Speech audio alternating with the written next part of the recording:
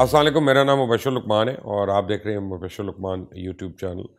गुज़िश्ता 3 दिन से मैं काफ़ी लोगों से मुलाकातें कर रहा हूँ, इस्लामाबाद में, लाहौर में और कुछ कराची वालों से मेरी बात हो रही है। साउथ पंजाब के काफ़ी लोगों से जो है मैंने सलाम दुआ की, हाल चाल पूछा और सेनेट के हवाले से मैंने उनसे सवालात किए। तो ये जो डस्का में हुआ है, अभी आपको बताऊँ, इसने बड़े लोगों को बेनकाब कर दिया यहाँ पे। और सबको पता है इसके पीछे कौन है, क्या हो सकता है, क्या नहीं हो सकता। लेकिन जो दुःख की बात है कि उसपे 2 लोग जो जाँ बहक हो गए और 7 लोग जो ज़ख्मी हो गए, उनका कोई वाली वारिस ही नहीं है। उनके लिए हुकूमत या ऑपोज़िशन दोनों में से कोई उनको ओन ही नहीं कर रहा और ना उनके ख़ानदान की कफ़ालत की बात कर रहा है। यानी हमारी पॉलिटिक्स और हमारी सियासत किस नहज पे आ गई है कि इस पे मारा-मारी हो जानी है, लोगों ने मर जाना है और उनका कोई ओनरशिप कोई नहीं लेगा उनके लिए। और ये मुझे डर कभी-कभी पड़ता है कि ये जो अरब स्प्रिंग से शुरू हुआ था ना जिस तरह से, ये बिल्कुल उसी तरह से कहीं खुदा न खास्ता पाकिस्तान के अंदर तो नहीं हो रहा, क्योंकि वहाँ पे क्या हुआ, महंगाई, लॉ एंड ऑर्डर और उसके बाद पब्लिक ओपिनियन डेप्रिविएशन, ये 3 चीज़ें हुई, इससे पूरा मिडल ईस्ट का नक्शा उलट गया और बदल गया। और अब लगता ही है कि जब से हफीज़ शेख आए हुए हैं यहाँ पे, ये तो मुझे लगता है जैसे वो हमने एक दफ़ा बहुत साल पहले किताब देखी थी ना, उसमें प्रोग्राम्स भी किए थे, confessions of an economic hitman. तो मुझे तो लगता है कि हफीज़ शेख को इकोनॉमिक हिटमैन बन के जो है ना वो पाकिस्तान आए हुए हैं और अजीब-अजीब चीज़ें चल रही हैं। मैं जिससे सवाल करता हूँ, अब ये सेनेट के हवाले से सवाल हो रहे थे, तो हर एक मुझे कहता है कि गवर्नमेंट ने ऐलान किया कि जी हमने किसी को कोई सब्सिडी नहीं देनी। चलें ठीक है, नहीं देनी है आपने। हमने बिजली के ऊपर पूरे का पूरा चार्ज करना है। पहले 11 रुपए का यूनिट होता था, अब 27 रुपए का यूनिट है। चलें ठीक है। इसका मतलब है कि लोग 70 बिलियन के करीब जो है वो इजाफी पेमेंट कर रहे हैं। तो एक गर्दिशी कर्जा कैसे बढ़ गया? ये इतने 100 बिलियन पे कैसे पहुंच गया? अगर अवाम सारी पेमेंट कर रही है, किसी को सब्सिडी नहीं मिल रही, आपकी कलेक्शन पूरी हो रही है, तो हमारे ऊपर ये सर्कुलर डेट जो है, ये रेंटल पावर प्रोजेक्ट्स का, ये कैसे इतना बढ़ गया? अब इसका जवाब नहीं है। इसका जवाब है या तो हुकूमत में कुछ लोग हैं जो मुखलिस नहीं हैं, या ऐसे लोग हैं जो वो उन आईपीवीज़ के साथ मिले हुए हैं, या ऐसे लोग हैं जो इतने नालायक हैं कि उनको कुछ चीज़ की समझ नहीं आती, या फिर ऐसे लोग हैं जो नालायक भी हैं और ख़राब भी हैं।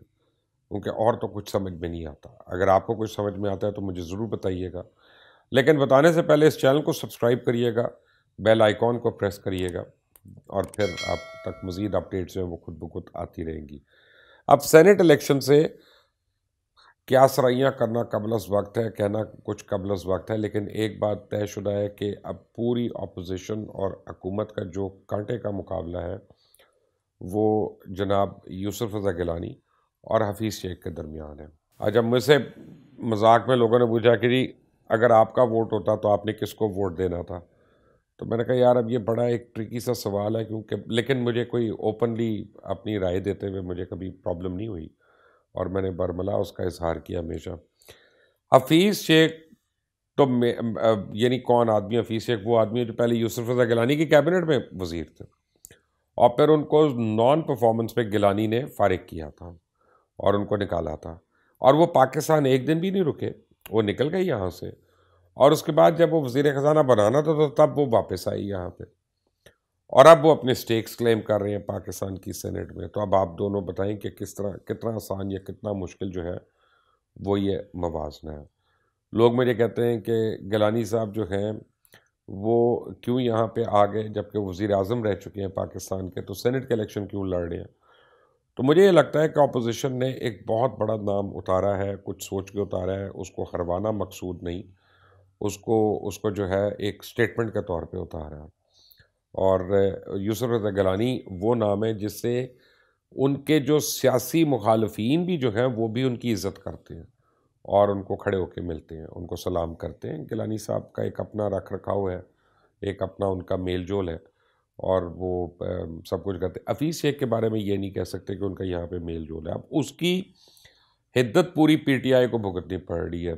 4 दिन पहले गवर्नर पंजाब चौधरी सरवर और हफीज़ शेख को ख़ुद जो है वो फैसलाबाद जाना पड़ गया राजा रियाज साहब को मनाने के लिए कि जी आपने हमें वोट देने, और वो इंकारी हुए हुए थे और वो और उनके सपोर्टर्स जितने भी थे।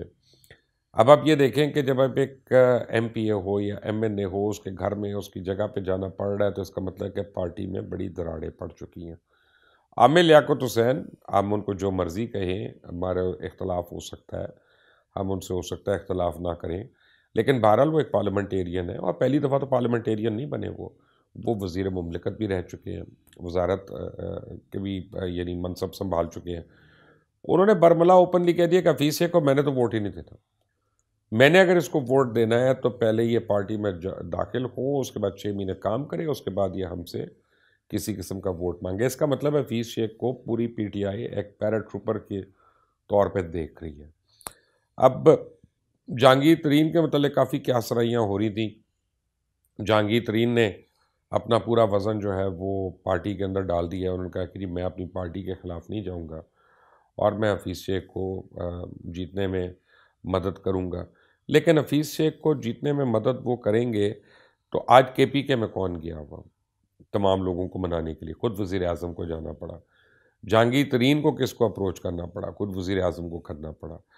बाकी लोगों को कौन अप्रोच कर रहा है? फैसल वाडा के लिए किसने कहा कि मैं जाके सारे एमएनएस को और एमपीएस को समझाऊंगा कि वो फैसल वाडा को वोट दें प्राइम मिनिस्टर? इसका मतलब है कि जहांगीर तरीन जब से पार्टी से बाहर हुए हैं तो पार्टी में वो जो पोर्टफोलियो है जहांगीर तरीन का, जो इमरान खान के सेकंड टियर पे सारे काम करते थे जाके, लोगों को लाना ले जाना, वादा वही सब कुछ जो था, वो अब एक बहुत बड़ा गैप आ गया। इसका मतलब है कि पीटीआई के अंदर दीगर लोग जो हैं, या उनसे ये काम हो नहीं सकता या इमरान खान को उनके ऊपर एतबार नहीं है कि वो जहांगीर तरीन की जगह ले सकें। तो इस सारे का सारा बोझ जो है ये इमरान खान पे पड़ गया। तो इस वजह से फैसल वाडा जीते या हारे, कोई और जीते या हारे, जो है वो जो फोकस जो है यूसुफ रज़ा गिलानी और हफीज़ शेख के इलेक्शन के ऊपर उस एक सीट के ऊपर आ गया, क्योंकि लोग इसको वोट ऑफ नो कॉन्फिडेंस या वोट ऑफ कॉन्फिडेंस दोनों सूरतों में इसको इस इलेक्शन को इस तरह से देख रहे हैं। केपीके में भी जाके जो है अपना थूका हुआ चाटना पड़ रहा है। आतिफ खान और शाहराम तरकई और इन सारे लोगों को मनाना पड़ रहा है, उनके घर वालों को सेनेट के टिकट देने पड़ रहे हैं ताकि वो जो है और उनकी लॉबी वो केपीके में गंद ना कर सकें। और केपीके में बहुत से सवालिया निशान हैं। परवेज़ खटक, जिनके ख़ानदान के पता नहीं कितने अफराद जो हैं या एमएनए या एमपी हैं, वो मुझे तो नहीं पता, बड़ी सुना है बड़ी लंबी चौड़ी तादाद है, वो 2 अफराद को टिकट ना मिलने पे बहुत नाराज़ बैठे हैं। और वो तो कहते हैं कि जी मैं अब हमने सपोर्ट नहीं करना। तो केपीके में आज इमरान खान को खुद जाना पड़ रहा है कि वो परवेज़ खटक की उस बात को काउंटर करें हर एमपीए को, और वहाँ के जो हर एमएनए है या जो भी वोट दे सकते हैं उनकी उसके लिए, उसको मनाने के लिए और उनकी बातें सुनने के लिए। So there is a serious gap इसमें। अब कल जो पारकर में इलेक्शन हुआ उसमें फिर पीटीआई हार गई और इस बारी पीटीआई ने वहाँ 25,000 वोट भी लूज़ कर दिए और उनके मुखालिफ पाकिस्तान पीपल्स पार्टी ने वहाँ 25,000 वोट गेन भी कर लिए। लेकिन एक जो बात कल की बड़ी अच्छी थी कि खुदा न खास्ता डस्का की तरह वहाँ पे किसी की जान नहीं गई, किसी बेगुनाह इंसान की। वहाँ 7 अफराद जो है बुरी तरह ज़ख्मी नहीं हुए। वहाँ पुलिस जो है हमें क्लूलेस नज़र नहीं आई। वहाँ ये नहीं नज़र आया कि इलेक्शन कमीशन कहे कि मैंने चीफ सेक्रेटरी को भी फ़ोन किया था, मैंने आईजी को भी फ़ोन किया था, मैंने होम मिनिस्टर को भी फ़ोन किया, मैंने होम सेक्रेटरी को भी फ़ोन किया। रात को 3 बजे होम सेक्रेटरी ने मेरा फ़ोन उठाया और अभी तक उन्होंने मुझे जवाब नहीं दिया और मैं मुंतज़िर हूँ उनके जवाब का। यानी उनके आरओज़ उठाए गए, आरओज़ के बैलेट बॉक्सेस उठाए गए और इलेक्शन कमीशन को पंजाब हुकूमत जो है वो जवाबदेही नहीं है। तो जो लॉ एंड ऑर्डर की सिचुएशन यहाँ पे हो गई ये उस दिन, तो वो तो बहुत अलार्मिंग है। इसका मतलब है कि गुंडा राज हो रहा है और ये राइटली और रॉन्गली अगर इसी तरह इलेक्शन होने हैं तो आपको पता है, मुझे भी पता है कि सिर्फ बदमाश और मवाली जो हैं वो लोग इलेक्शन जीतेंगे, पढ़े लिखे लोग जो हैं वो तो फिर आगे नहीं आ सकते।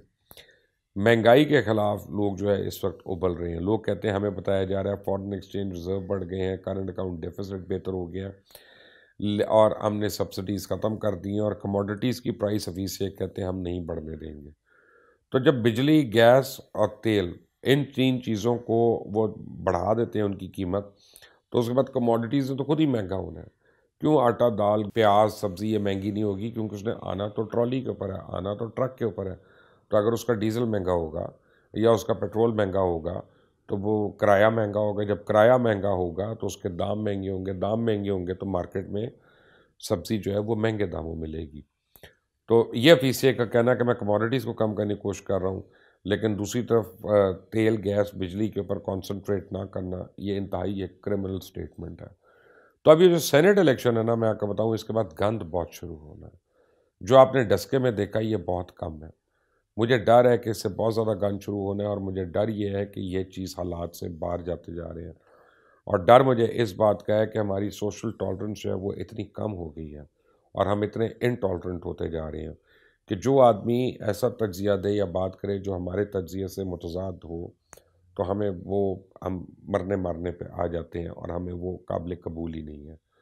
सो ये इलेक्शन सेनेट का जो है ये अल्लाह ताला रहम करे इस मुल्क पे, इस मुल्क के मुस्तकबिल के लिए बहुत अहम है कि ये सुकून से हो जाए, क्योंकि मुझे नहीं लगता कि इतना आसान होगा। अब कोर्ट जो है, कोर्ट क्या करने वाला है, ये एक अजीब सूरत हाल है। मैं प्रीएम्प्ट तो नहीं कर सकता, मैं ये तो नहीं कह सकता कि कोर्ट का फैसला क्या आएगा, लेकिन सडनली लगता यह है कि शायद अटॉर्नी जनरल जो है वो कोई इन रोड्स बनाने में कामयाब हो गए हैं। जो कोर्ट की क्वेश्चन एंड आंसरिंग चल रही है इलेक्शन कमीशन से, मुझे वो आज याद आ गई कि जो नवाज शरीफ के वक्त उन्होंने कहा था कि हमें गारंटी दे दो ये मंडे तक ज़िंदा रहेगा, तो ये तो गारंटी कोई भी नहीं दे सकता था, तो ना कोई दे सकता है जी शऊर आदमी।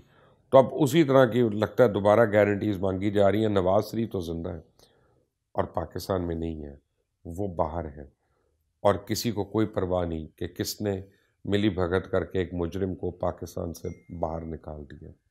और ये लगता है दोबारा से अब किसी न किसी मुजरिम की पुष्पनाई हो रही है और कुछ ना कुछ होने वाला है। क्या होने वाला है ये तो थोड़े दिन में पता चलेगा। आप इसको बेल आइकॉन को अगर आप प्रेस कर लेंगे तो जितनी भी अपडेट्स हैं वो आपको मिलती रहेंगी। On to the next time, Allah हाफ़िज़।